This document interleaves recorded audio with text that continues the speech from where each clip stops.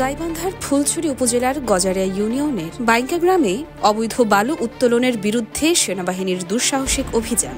জব্দ করা হয়েছে 2টি ড্রেজার মেশিন, 1টি টিউবওয়েল এবং 2টি মোবাইল। গ্রেফতারকৃত 2 জন বালু ব্যবসায়ী।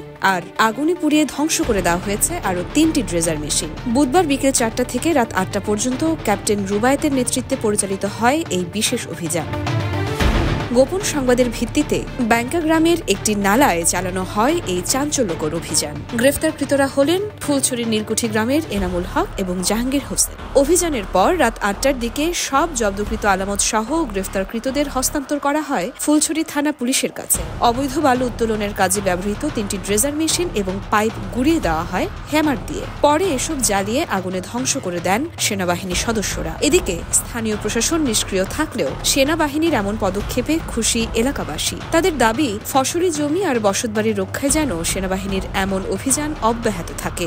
অবশ্যই চাই, সবাই চায়, আমার মতো 10 জনেও চায়, আমরাও চাই। এটা ভালো হয়েছে, আমরা চাই এটা সবসময় থাক। এই ড্রেজার যেন এই এলাকার ভেতরে যেন না চলাতে পারে, কারণ এলাকার অনেক জমি জায়গা জমি নষ্ট করে ফেলাইতেছে।